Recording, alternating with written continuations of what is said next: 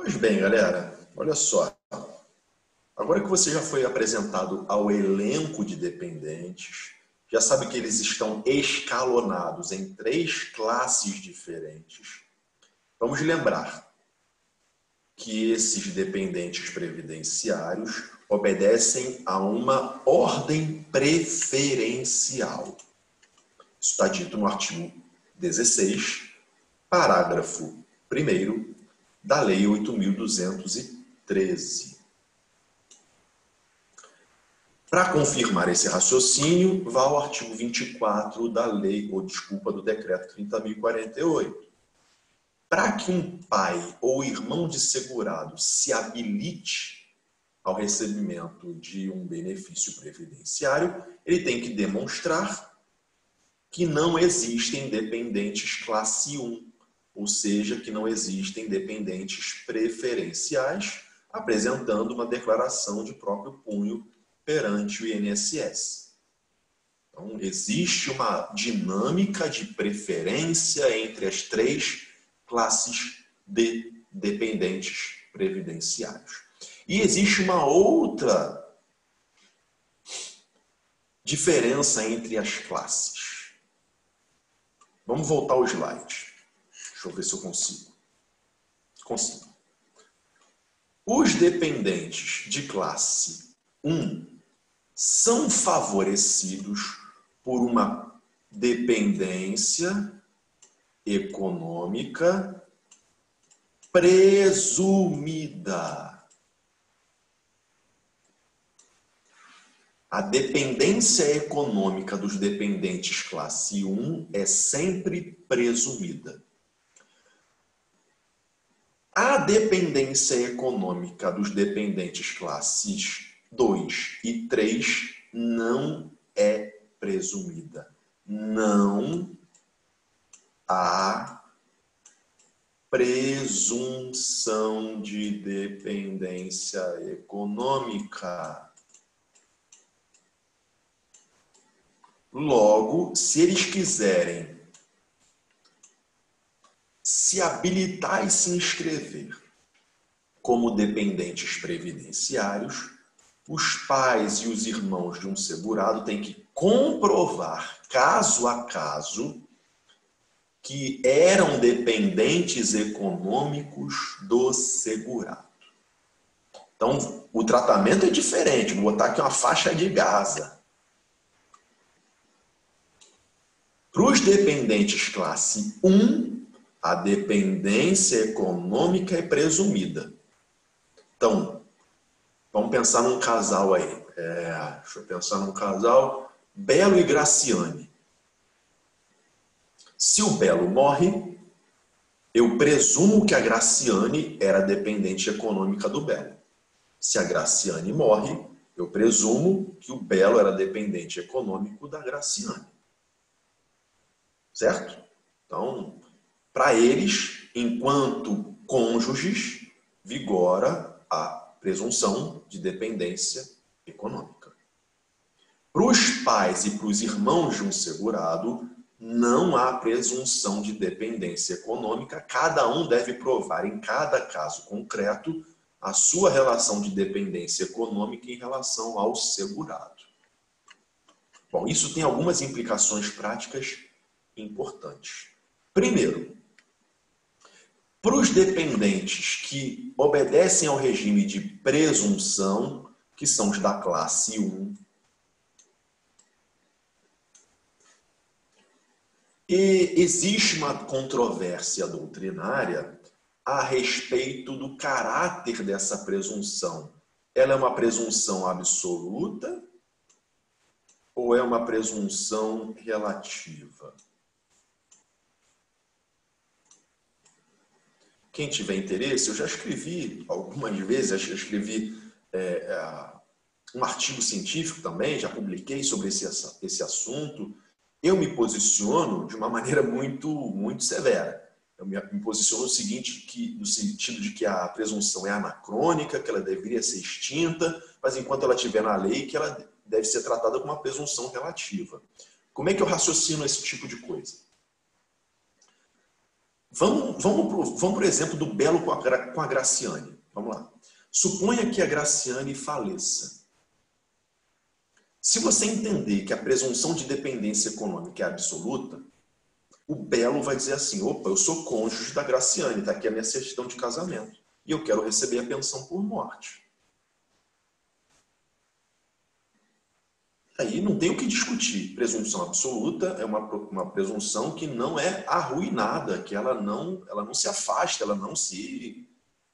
ela é irreversível. Se eu entender, por outro lado, que a presunção é relativa, é uma presunção que pode ser contrariada. Ela pode ser contrastada por prova em sentido contrário. E aí o INSS poderia dizer, olha, você não é o Belo, você é um cantor, não é? Pô, você recebe um cachê de 200 mil para fazer show, cara. Você tem um patrimônio enorme. Poxa, né? A gente fica triste, tudo bem, é o óbito da sua esposa, meus sentimentos. Mas você não está em risco. Você não vai ficar numa posição fragilizada. Você tem o seu dinheiro, você tem a sua renda, você tem os seus recursos. Você não precisa da cobertura previdenciária. E previdência é para quem precisa de socorro, amigo. Previdência não é complementação de renda, não é bônus. Previdência é uma política pública de proteção a pessoas em situação de risco. Lembra da primeira aula? Então, a minha posição é defender que é uma presunção relativa. Mas a minha posição, minha como professor, como quem já escreveu sobre isso, é minoritária. Então, para ser bem leal com vocês, a maioria da doutrina e da jurisprudência entende que a presunção é uma presunção absoluta. E aí ela é indiscutível. Não tem que ficar discutindo se é o Belo, se é a Graciane, se é o Joãozinho da esquina, se é a Mariazinha, se é pobre, se é rico, se tem renda, se não tem renda. Presunção absoluta é presunção inabalável. E a maioria da doutrina e da jurisprudência se inclina a entender que se trata de uma presunção absoluta. Ok, então o jogo é jogado assim, tem entendimento majoritário, tem minoritário, tudo bem. E para os outros dependentes? E na classe 2 e na classe 3? Funciona o regime de ônus da prova. Cada dependente classe 2 ou classe 3 tem o ônus de comprovar a dependência econômica. Aí não tem presunção de nada. Então é ônus da prova completo. Então tem que provar, olha, eu na qualidade de pai de um segurado, eu na qualidade de irmão de um segurado, eu na qualidade de mãe de um segurado, venho aqui perante o INSS provar que esse segurado bancava a minha sobrevivência. Ele que pagava o aluguel da minha casa, pagava o meu plano de saúde, ele que me dava alimentos, ele que, enfim, eu não tenho renda própria, meu filho que cuidava da minha vida sob o ângulo econômico. Não confunda, e aí eu implico muito com isso, os advogados em geral, e cá entre nós alguns juízes também, confundem ajuda eventual com dependência. O que a lei exige? Lei exige dependência. O que é depender de alguém? Cara, se faltar esse alguém, eu fico em perigo. É alguém que proporciona para mim o meu bem-estar, a minha sobrevivência, a minha subsistência. E sem esta ajuda, sem esse apoio, eu fico numa situação de risco. Isso não se confunde com a situação da ajuda. Eu, em audiência, eu ouço muito isso. O juiz pergunta assim, Dona Maria, você está aqui pedindo pensão por morte do seu filho, né? O que aconteceu? Ah, meu filho morreu, muito triste e tal. Tá bom. Aí o juiz pergunta assim, e o seu filho lhe ajudava? Pergunta já está mal feita. Com todo respeito, excelência. Pergunta está mal feita. Eu não tenho que saber se o filho ajudava. Porque ajudar, eu também ajudo meus pais. Ajudo. Ajudar é diferente de depender. E digo mais, dividir despesa é diferente de depender também. Então não adianta só ajudar. Ah, meu filho de vez em quando aparece lá em casa com compras. Isso não é dependência econômica. Ah, meu filho dividia algumas contas comigo. Já tenho sinceras dúvidas se isso é dependência econômica. Dependência é sustento. Meu filho me sustentava. Meu filho pagava as minhas despesas. E eu não tenho fontes próprias de sustento e eu era sustentado pelo filho ou pelo irmão. Aí sim você atende esse ônus da prova. Mas é uma questão muito mal colocada, muito mal interpretada por advogados, por juízes e por operadores do direito em geral. Eu costumo ser bem rigoroso com isso, mas nem todos os operadores do direito são.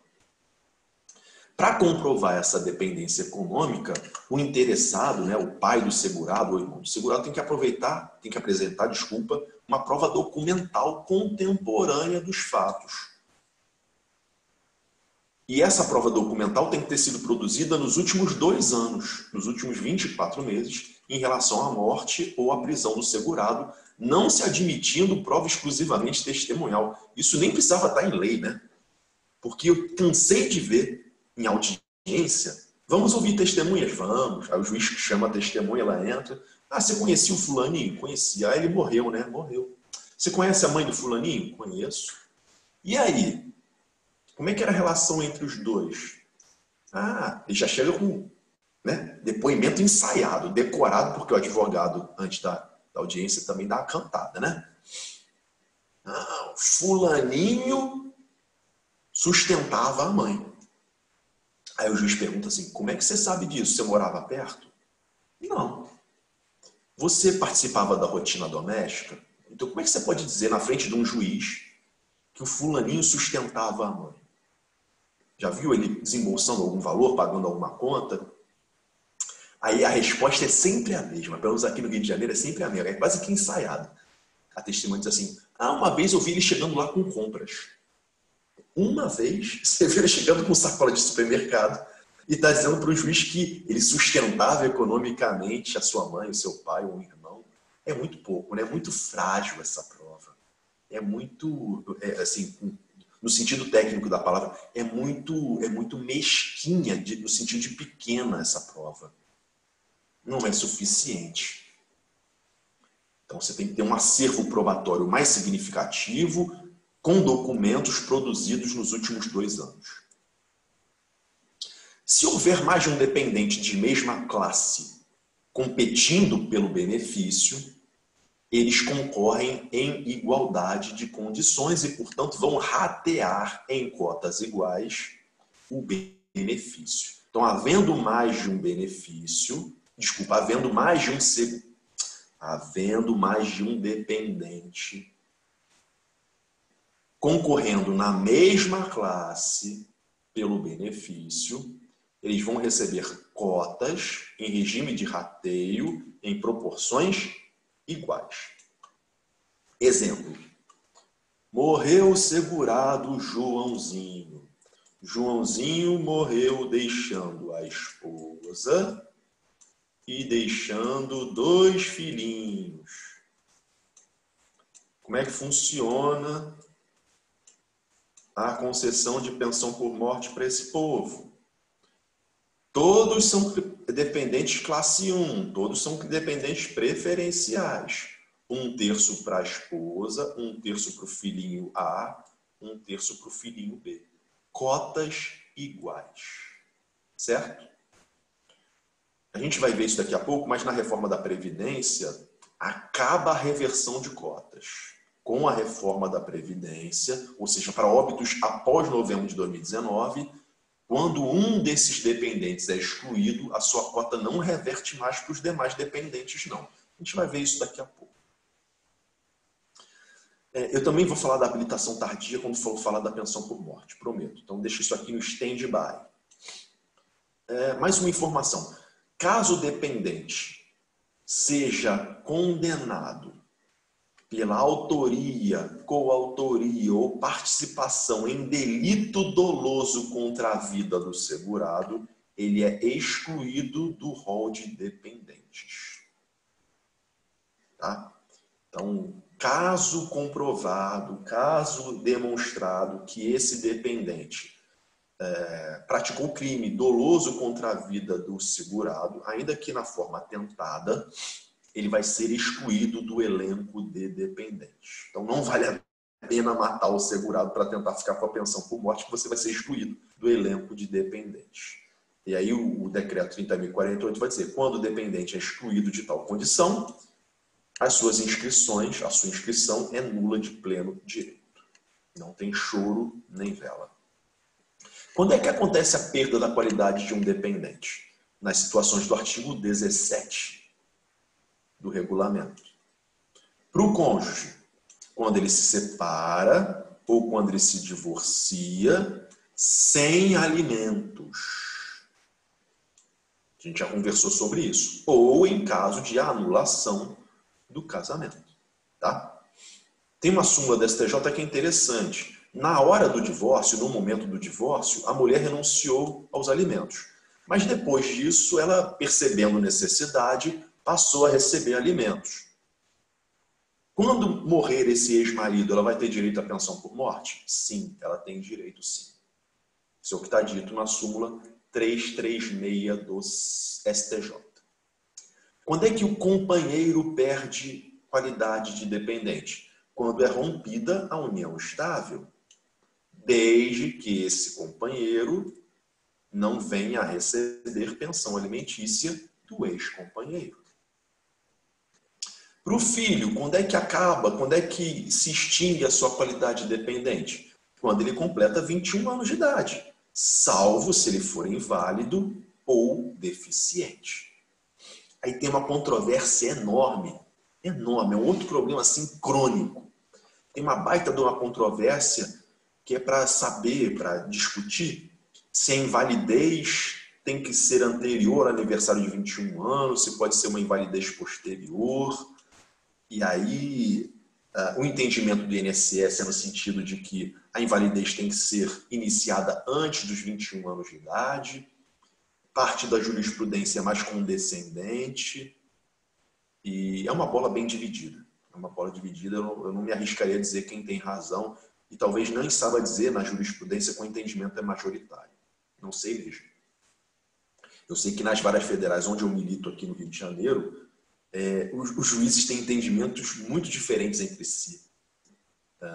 E isso deixa essa questão muito pouco segura. Tá?